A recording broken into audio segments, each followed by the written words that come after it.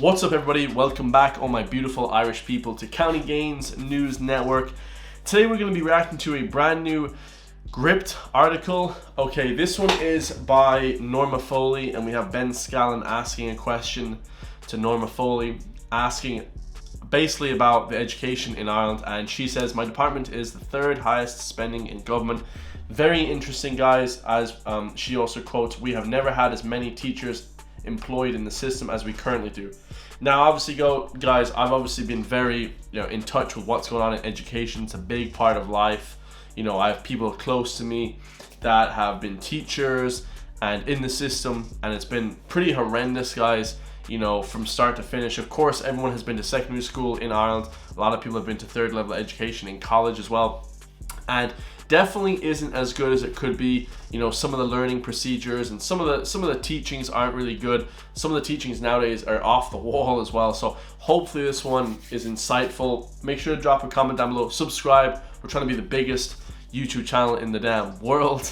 And of course, loads more news stories coming, and subscribing is free, guys, so why not? Let's get it, guys. Minister, in the last 5 years your government has increased the state's annual budget by almost 50%, with tens of billions of euros extra being spent each year, and yet the OECD still ranks Ireland last out of 36 countries for investment in education. And the OECD, that's probably like the EU, right? So we're like last in investment for secondary level investment in education. That's pretty bad, guys.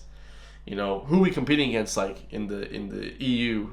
Turkey or something like that, maybe Poland. I mean, we're competing with a lot of Czechoslovakia, like poor countries, guys. That's pretty terrible. And there are teaching vacancies, as I'm sure you know, with some schools this week saying that they'll have to drop subjects because they don't have enough teachers to fill them. Wow. My question. So yeah, guys, people are not choosing to be in Ireland because of the pay. The pay for secondary school teachers isn't amazing. The job probably isn't as stressful as a lot of other jobs. You get 3 months off the year and stuff like that, but still a very, very stressful job, guys. In its own regard, it's probably extremely, terribly stressful. Dealing with flipping kids all day and all that type of thing, guys, would be just insanely, just crazy, man. You know what I mean? Crazy, crazy tough. So I get why people want to leave to other countries to become teachers, especially secondary school. Question is, at a time of unprecedented spending by the government, why does your department appear to be underfunded, and are you failing as minister to secure the necessary resources to run an effective education system?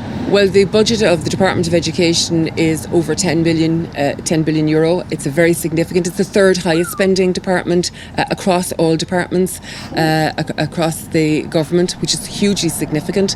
And we have seen the increase year on year over the last 4 years in terms of the spend. And you reference, the OECD and so on and so forth, but equally so, the measurement that you're referring to there is the other measurement of the GNI star, which actually puts us up very, very high in terms of spending across the OECD. So I think it's we can all choose our research, but equally so, we would say when you look at that type of research, we're one of the top performers in terms of spend on education. And I think if you ask people on the ground in terms of spend in education, there isn't an area or a region without throughout this country where we're not seeing either new school builds or we're seeing school extensions.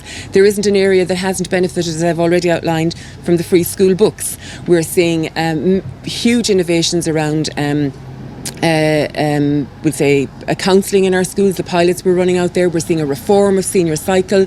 The spend on capital is quite phenomenal over the last 4 years, over 4 billion, almost 5 billion now by the time we complete in terms of school bills. So we have seen a very significant uplift in the spend in education, and of course the spend in special education in particular has been hugely uplifted in the last 4 years. So and so it should be, guys. Special needs, stuff like that should be absolutely funded really, really well. Course.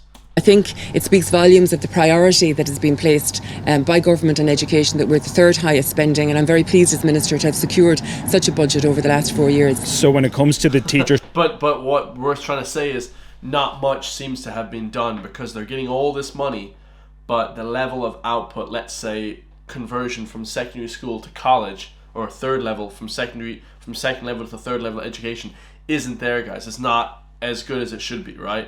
And stuff like that. Obviously people may be getting higher points in the Leaving Cert or whatever, the Leaving Cert equivalent is nowadays. So definitely needs to be some kind of change, correct? Shortage, then would your view be that that's not attributable to a lack of investment and that there's something else going on there? And if so, what do you think is leading to a shortage of teachers? Well, in terms of teachers and availability of teachers, I would have to say to you that we have never had as many teachers employed in the system as we do currently. We've more than 74,000 teachers in the system. I mean, that has to be the case because about 10 years ago in 2008, you guys remember the downturn, to about 2000, probably to 2018, something like that, maybe a little bit shorter, 2000 whatever. There was 10 years of austerity. Okay, so it was about 10-year, gap where about 5 to 10 years where nobody was being hired. There was no guards, there was no flipping firefighters, there was no, a lot of people were kind of laid off, but also a lot of people weren't being hired. So I would imagine that nowadays there has to be, okay, because it's 2024, guys. Compared to what it was back in the day, there definitely couldn't be less teachers, okay, because we had austerity for so long. There's no way, right? So that's a very significant number of people employed in the system. Equally so, when I've referenced special education there earlier, we've made huge strides in special education, but that requires one teacher with 6 pupils and 2 SNAs. And has that been the right thing to do? Absolutely. And do we want to see more of it? Absolutely. But that does require more and more staff. So that has... Yeah, so the more staff, the better. The more you can get one-on-one with the person and the student, the better, okay, because you get better education.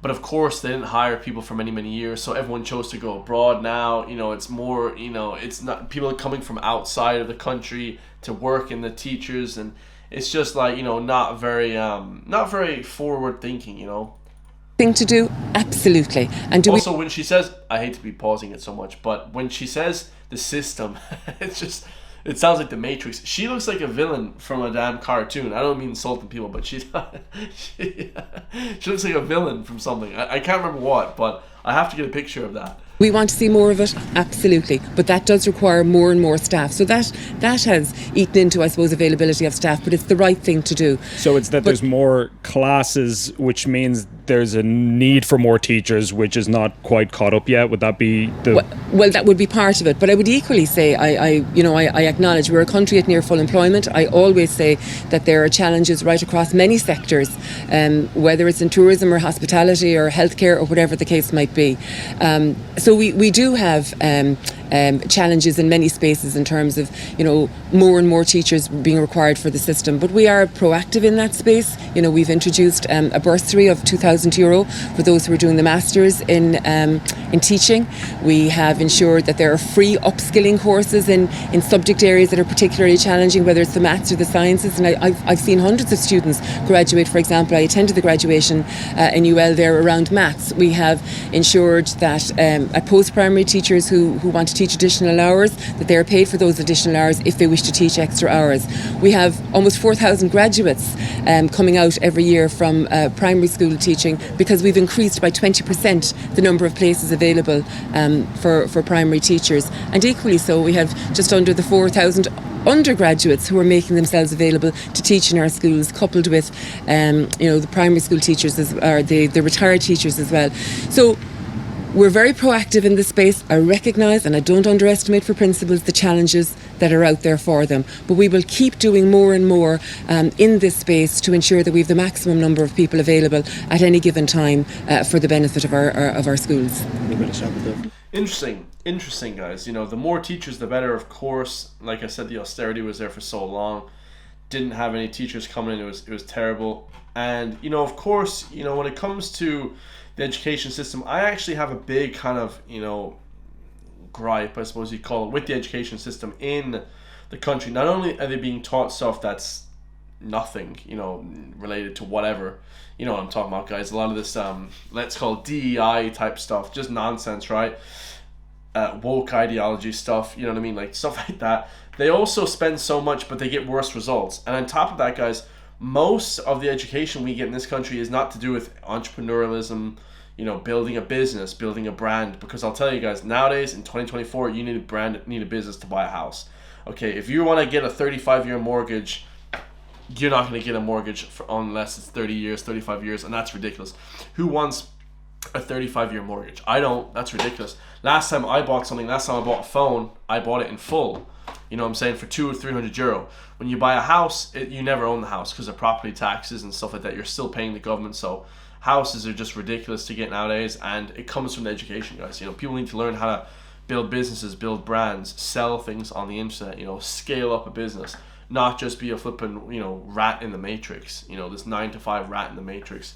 You know, which is good if you're earning a lot of money from your job. Okay, 50,000 plus, but if you're earning flipping shit, 20,000, I mean, really doesn't matter, guys. The education that you have, you know, oh, I'm well spoken, I'm flipping educated to the highest level, and then you're broke. Okay, it really doesn't matter. You know, you need to learn, teach people actual skills that will help them in their life to make money. The most important thing, okay, in education. Let me know your thoughts. I love you all. Subscribe. It's free. I love you all, guys. We're gonna have the biggest news network in the world hopefully soon, and I'll see you guys in the next one, man.